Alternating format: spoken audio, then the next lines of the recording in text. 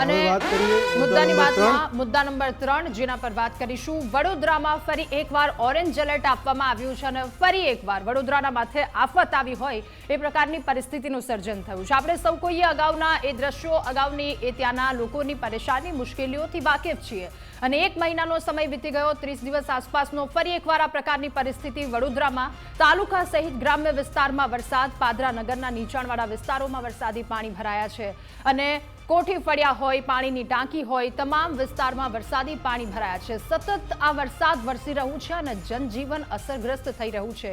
ત્યારે વડોદરાની આ પરિસ્થિતિ છે, વરસાદના કારણે પાણી ભરાયા.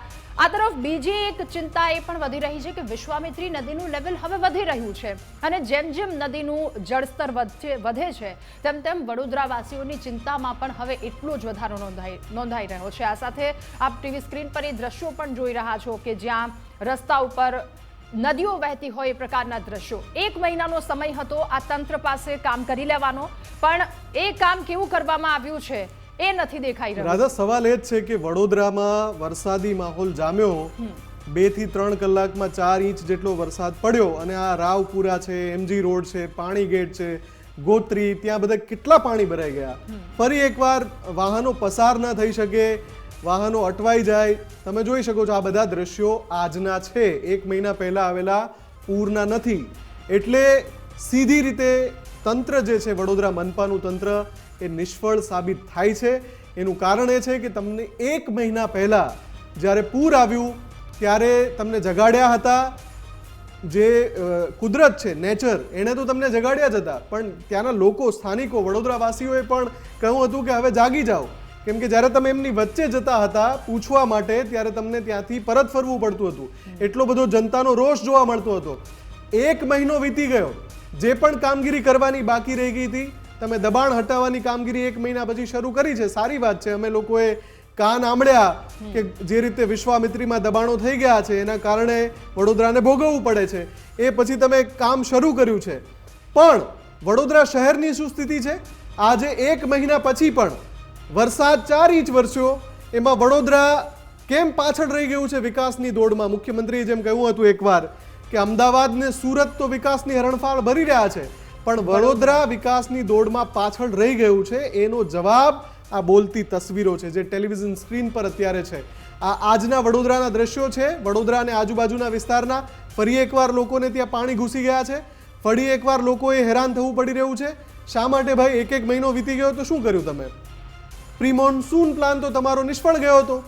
તમે વિશ્વામિત્રીમાંથી દબાણો તો હટાવી નહોતા શક્યા.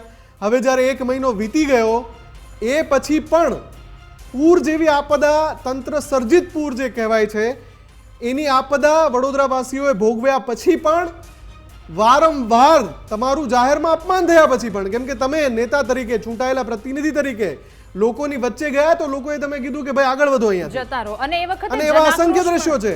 અને એ વખતે જનાક્રોશ પણ કેવો હતો? એટલે ત્યારે જે જનાક્રોશ થયો હતો એનાથી તમારે સમજી જવાની જરૂર હતી કે હવે થોડું કામ કરી લઈએ, પરંતુ એ નિષ્ક્રિયતા તમારી યથાવત રહી અને ફરી એકવાર વડોદરાની આ પરિસ્થિતિ, વડોદરા અડધું ડૂબી ગયું હોય એ પ્રકારની પરિસ્થિતિને સતત વરસાદ, ઓરેન્જ એલર્ટ આજના દિવસે હતું અને 4 ઇંચ જેટલો વરસાદ ત્યારબાદની વડોદરાની આ પરિસ્થિતિ. અને આ પરિસ્થિતિ ચિંતાજનક. 2 અલગ અલગ દ્રશ્યોમાં આપને બતાવી રહ્યા છે. તમે ખાલી વિચાર કરો રાધા, એક તરફ 1 મહિના પહેલાના દ્રશ્યો છે, 1 મહિના પહેલાની સ્થિતિ, અને બીજી બાજુ 1 મહિના બાદની સ્થિતિ.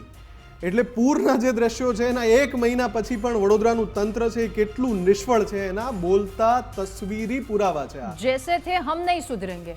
અને બીજી સૌથી મોટી વાત શું છે કે અત્યારે વિશ્વામિત્રીનું જળસ્તર સતત વધી રહ્યું છે. ઉપરવાસમાં પણ વરસાદ છે એના કારણે અને વડોદરા પંથકને આજુબાજુમાં વરસાદ છે એના કારણે હવે જો એ ફરી એકવાર જળસ્તર ચિંતાજનક થઈ ગયું અને ફરીથી વડોદરામાં પાણી આવવાનું શરૂ થયું, પાણી ઉતરી તો નથી રહ્યું અત્યારે.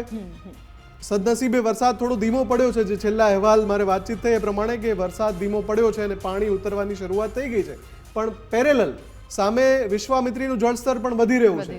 એટલે એ પણ એક ચિંતા છે કે આ જે નગરોળ તંત્ર છે એના પાપે ક્યાંક 1 જ મહિનાના ગાળામાં વડોદરાવાસીઓને ફરીવાર તો નહીં ભોગવવું પડે, નહીં ભોગવવું પડે. અને એ વિચાર કરો કે આ વખતે વડોદરાવાસીઓનો ગુસ્સો ક્યાં હશે? કારણ કે 1 મહિના પહેલાની પરિસ્થિતિ, લોકો એમ કહેતા હતા જતારો નહીં મજા આવે, કોર્પોરેટર હોય, કોઈ ધારાસભ્ય હોય, જે કોઈ પણ જે તે જગ્યા પર આવતા હતા એ ગુસ્સાથી વાકેફ ધારાસભ્ય, એ ગુસ્સાથી વાકેફ તંત્ર, કોઈ કામગીરી નહીં. અને હવે એકવાર વિચારી લેજો કે આ વખતેની પરિસ્થિતિ શું હશે, લોકોના ગુસ્સાની, જનાક્રોશની પરિસ્થિતિ શું હશે. ફરી એકવાર લોકોની સામે જવાલાયક હશો કે કેમ? કારણ કે તમારી પાસે ઘણો સમય હતો કામગીરી કરવાની, પરંતુ એ કામગીરીના નામે કદાચ ક્યાંક શૂન્ય, ક્યાંક થોડું ઘણું દેખાઈ રહ્યું છે. અને ફરી એકવાર વડોદરાની આ પરિસ્થિતિ, અને આ પરિસ્થિતિ શરમજનક કામગીરીની આશા બોલતી રાખીએ તસવીરો કે છે. વડોદરામાં વરસાદ અટકી જાય, વિશ્વામિત્રીનું જળસ્તર કંટ્રોલમાં રહે, કેમ કે તંત્ર પાસે તો કોઈ આશા રાખી શકાય એમ નથી. કુદરત પાસે જ આપણે આશા રાખીએ કે વડોદરા વાસીઓએ ફરી એકવાર ભોગવવું ન પડે.